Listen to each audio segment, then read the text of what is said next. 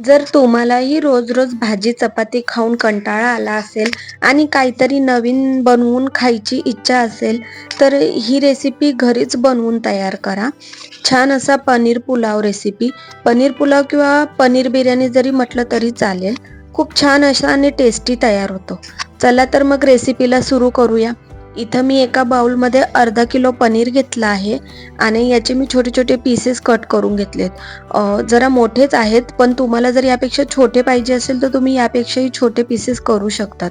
त्यानंतर यामध्ये अर्धा चमचा हळद आणि अर्धा चमचा काश्मीरी लाल मिरची टाका आणि थोडंसं मीठ टाका, चव येईल एवढंच टाका आणि चांगलं मिक्स करून घ्या.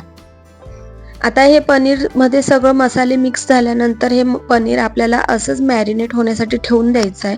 जोवर आपलं पनीर मॅरिनेट होतोय तोवर मी इथे एका कढईमध्ये कमीत कमी 3 ते 4 लिटर पाणी गरम करायला ठेवलं होतं.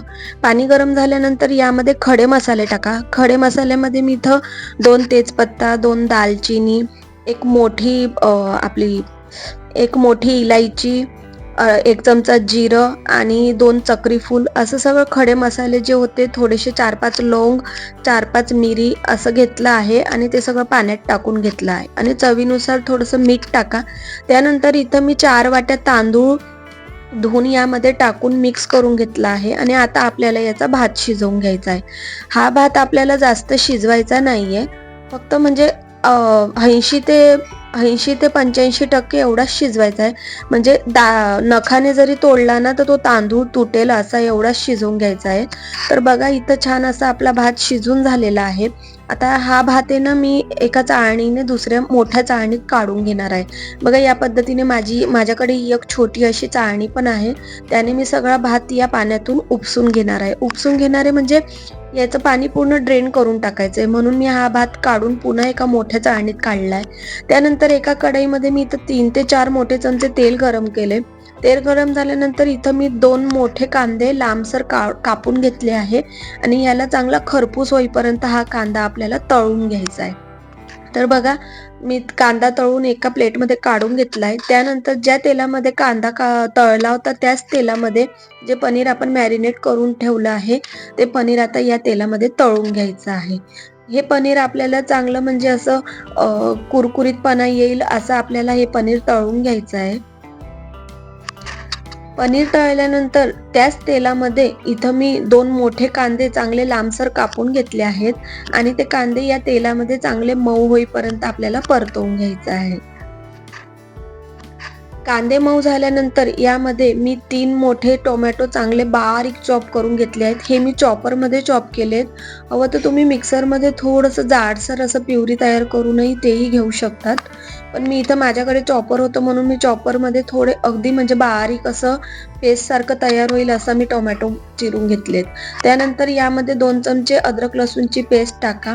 1 चमचा काश्मीरी लाल मिरची पावडर, अर्धा चमचा गरम मसाला, 1 चमचा धने पूड आणि 1 चमचा लाल मिरची पावडर. लाल मिरची पावडर म्हणजे नॉर्मली आपण जी तिखटपणा येण्यासाठी जी मिरची पावडर वापरतो ना ती मिरची पावडर टाकली आहे. त्यानंतर हे मसाले टाकल्यानंतर चांगलं याला परतवून घ्या आणि कांदा आणि टोमॅटो पूर्ण मऊ होईपर्यंत याला चांगलं परतवून घ्यायचंय. बघा या पद्धतीने. आता इथं कांदा आणि टोमॅटो छान असा आपला मऊ झाला आहे. आता यामध्ये आपण 1 वाटी दही टाकूया. दही टाकल्यानंतर हे चांगलं मिक्स करून घ्या.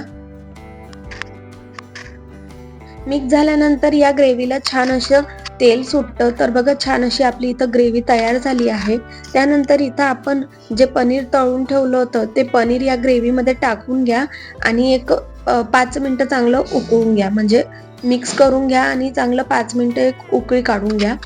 त्यानंतर यामध्ये थोडंसं चवीनुसार मीठ टाका आणि मिक्स करून घ्या. आता यामध्ये जो आपण भात शिजवून ठेवला आहे तो या ग्रेव्हीमध्ये सगळा भात टाकून घ्या. म्हणजे सगळा जो आपण शिजवलेला आहे ना तो सगळा भात वरतून टाकून घ्यायचा आहे आणि एका लेवलमध्ये असं कढईमध्ये पसरवून घ्यायचा आहे. त्यानंतर यामध्ये जो कांदा तळून ठेवला होता ना तो कांदाही वरतून असा पसरवून घ्यायचा आहे. त्यानंतर यामध्ये थोडीशी बारीक चिरलेली कोथिंबीर वरतून घाला. त्यानंतर यामध्ये 2 ते 3 मोठे चमचे साजूक तूप टाका आणि झाकून याला लो फ्लेम वरती कमीत कमी अर्धा तास होऊ द्या.